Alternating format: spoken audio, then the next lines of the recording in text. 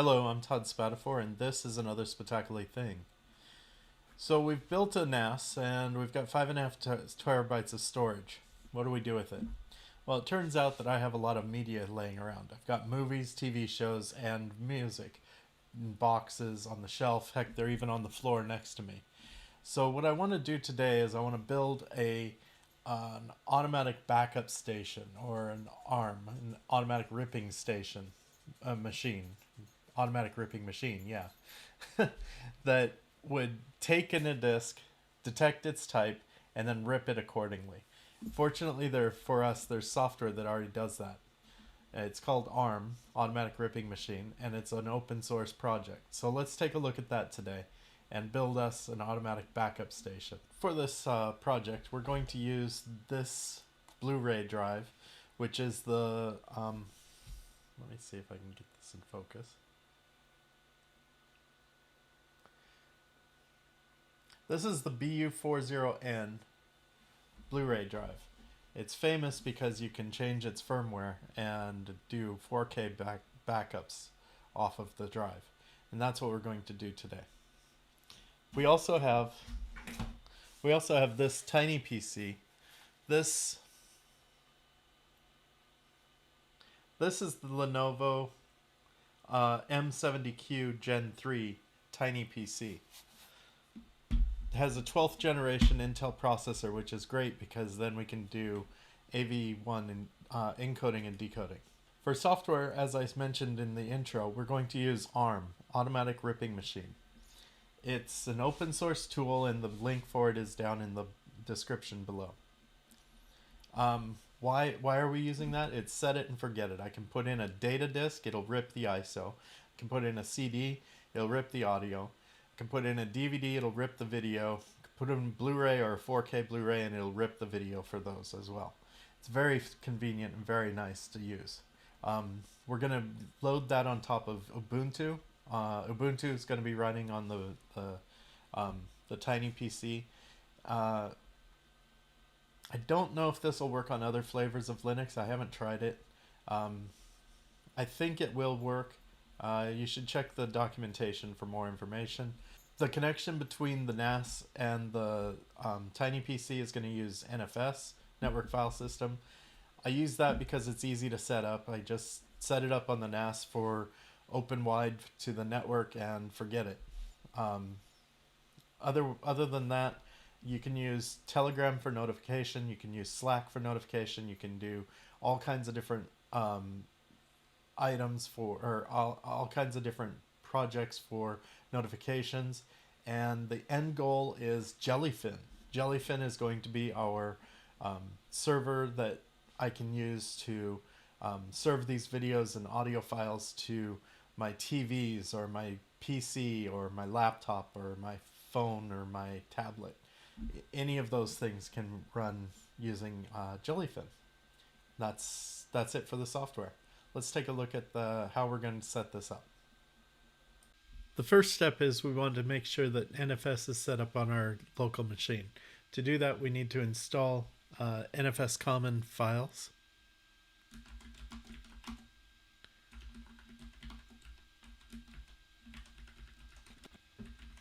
Once that's installed, we can go ahead and create the directory that we're going to use for our mount point.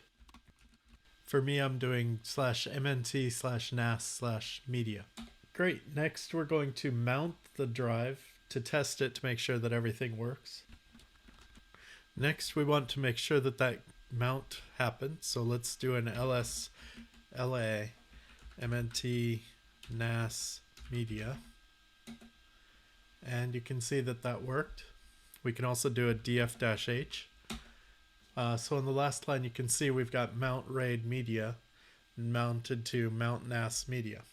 Now we want to make it auto mount on boot. So let's go ahead and start by unmounting it. And then we want to edit our FS tab. We'll add the following line in.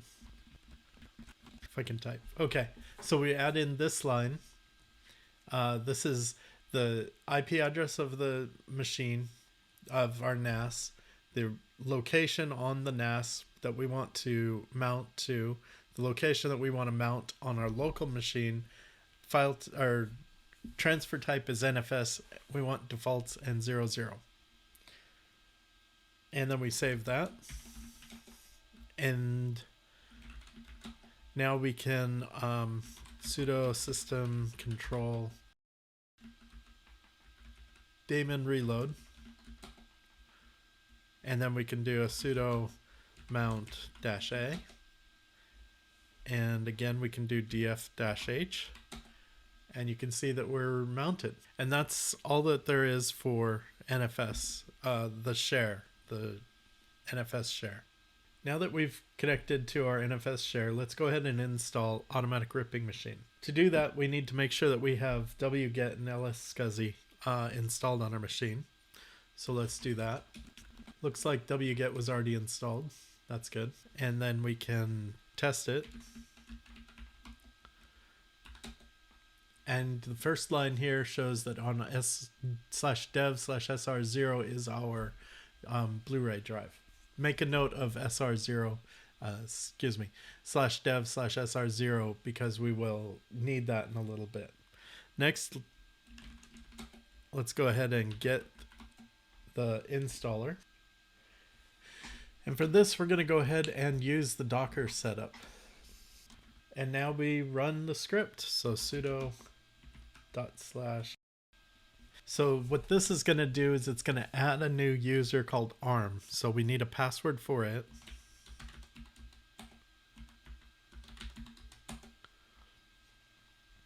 And then it installs Docker if it wasn't already installed. So it checks to make sure that there's an ARM user. If there is no ARM user, it creates one. Checks to see if Docker is available. If it's not, then it installs it. Then it pulls the appropriate image from Docker Hub, which is what it's doing right now. And then it creates host mount points for any DVD drives found on the systems. Then it saves the template of the run command for the user to fill in. And we will update that right now. So first things first, we need to make sure that we need to find out what the ID of the ARM user and the ARM group is. So to do that, we just do ID-U ARM, and it's 1001. Make a note of that. ID-G ARM, and that's also 1001. Make a note of that. Now we want to sudo-u ARM, and we want to run bash. And we're in the ARM user.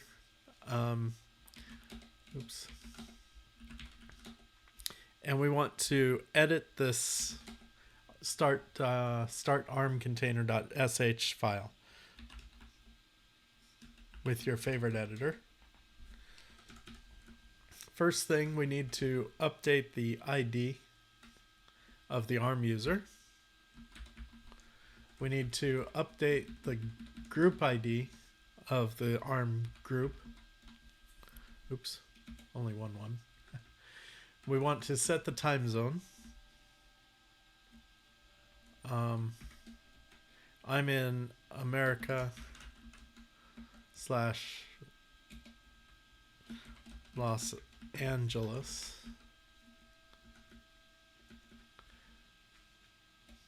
The ARM home the home for the ARM user is at home/arm /home/arm. The music folder is going to be at /mount NAS media /music, and we'll have to create that folder in a minute. The logs file, I like to keep that on the NAS also, just so that I have easier access to the log files. The media folder, we're going to leave on the NAS. This is where it does all of its magic. So all of its ripping to this media folder, then it does the conversion on the media folder, and then later we'll tell it to move the files to the appropriate location. And then the config is also here. We're going to have to create this folder also. etc arm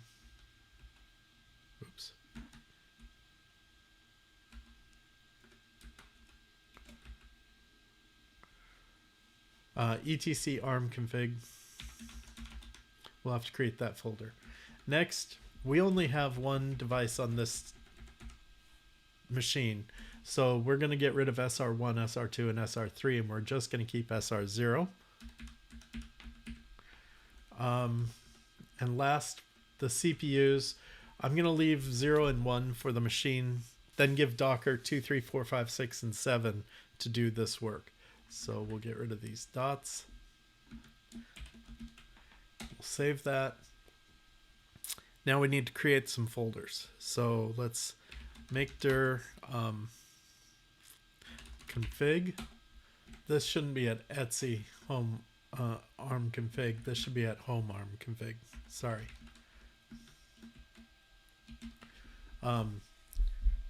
So we need to create the folder for media and config, and then we need to create the music and logs folders also.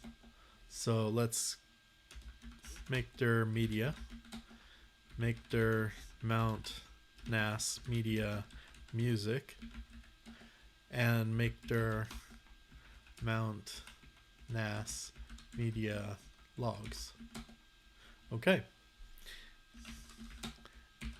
Now that all of our folders are created, let's go ahead and start this up. It's started. Now let's check our logs.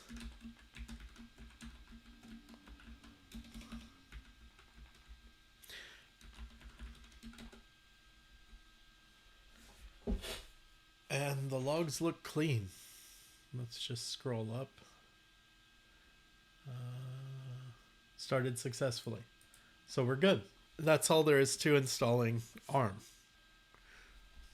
Okay, so once once ARM has been installed, you can navigate to your local machine at :8080, and you get this.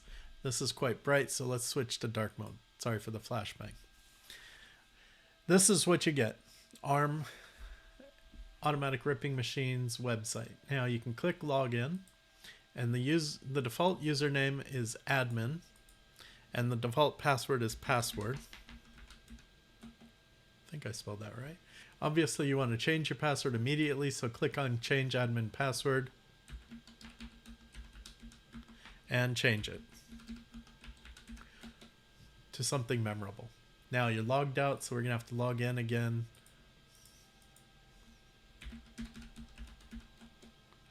And there we are. This page will show your active rips when they're going on.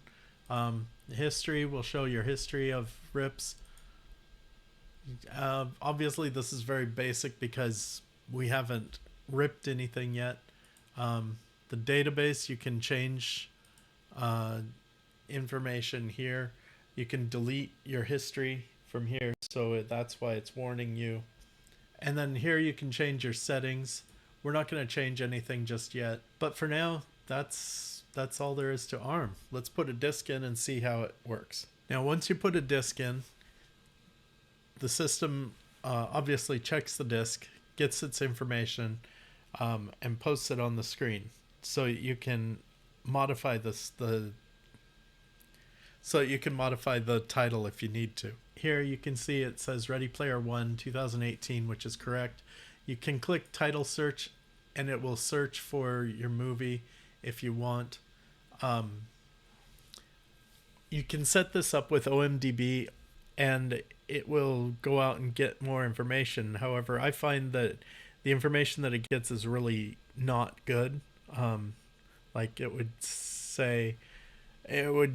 come up with some weird title for this. So I usually leave that off and just use the default name. And then we're going to use Jellyfin later. Jellyfin will get the artwork for the movie once it's recognized the movie. So that's it. After about 60 seconds, it'll go ahead and start ripping. I think I found the solution to the problem with the config files. Let's go into the config folder. And you can see that the files are owned by root. Let's go ahead and change. You can see now that the username or the user and group owners of those files is ARM. So then we switch back to here.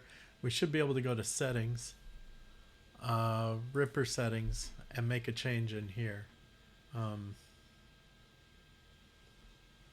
It's a good change here. Rip method for DVD is backup DVD. Rip method for Blu-ray is just backup. And then we click save and save successfully. Now you can use the UI. You don't have to edit that file directly. Up to now we've installed ARM on Docker on our backup station. Let's go ahead and do something with these videos that we've ripped. I'm going to install Jellyfin. Jellyfin is software that allows you to play your media on many devices, such as your TVs, your iPad, your tablets, your phones, and your computer. So let's go ahead and install Jellyfin. We just curl the installation script. Again, don't just blindly install. Download the script and take a look at it. Okay, so the following details looks good to me. I'm going to go ahead and press enter to continue installing. This will take just a minute. It's a very easy install. Okay, it's active and running. So the Jellyfin service is running on our local box. Let's go ahead and take a look at that now. And we're in Jellyfin. So we'll leave the server name as Demo1. Preferred language is English for me. We're going to leave the username as Jellyfin. Well, no, I'm going to change this to Todd, just to make things easy. And we're going to go ahead and set a password. Okay, then we want to add a media library. So we want to say movies. We want to add a folder.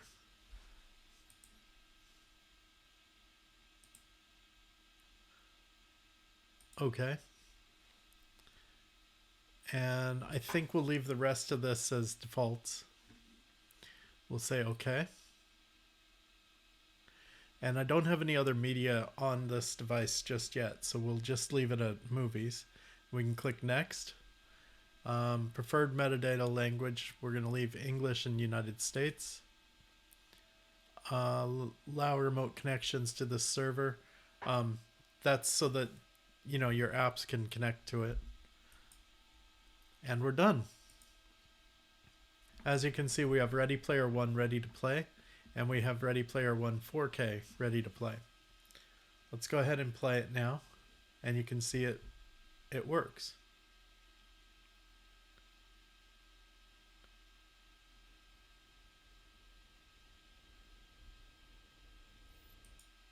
Very simple and very effective. So that's the setup.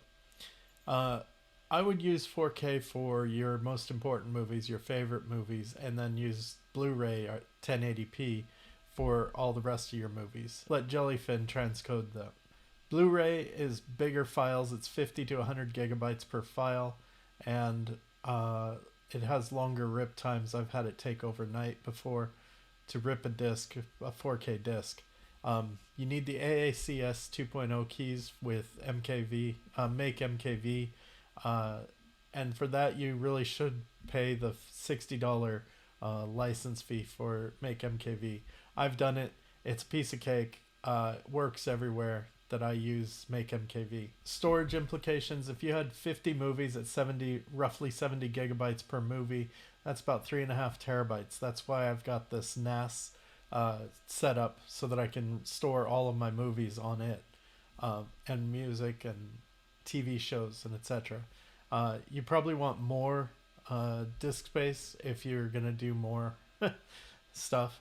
Again, when do you use 4K? It's for when movies you really care about. You have the storage space. You have playback devices that actually support 4K, and for most people, Blu-ray quality is going to be plenty.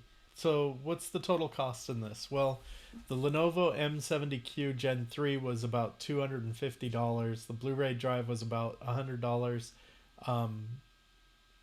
I'm sorry, the 4K drive was about $100. And the NAS we already had, so the total cost for me was about $350 plus or minus some amount here. ARM software is free and open source. Make MKV is free during the beta, so if you can find the beta keys, that's best. But or that's good, but I would suggest paying the $60 for the software, just because the guy who develops the software needs to put food on his table still. Ubuntu's free, Jellyfin is free, so the total cost, is about $420, give or take. The result is a set it and forget it kind of scenario. I can just put a disk in this little unit and close the drive, and then it'll spit the disk out when it's done. And that's it. I'm going to continue digitizing my collection, and next week we're going to take a look at something very interesting. We're going to look at the difference between a Raspberry Pi 4 NAS and a Raspberry Pi 5 NAS. I've built a Raspberry Pi 5 NAS, and we're going to take a look at that, and it's going to be fun. So I hope you stay connected. Go ahead and subscribe and ring the bell so that when you're notified when new videos come out.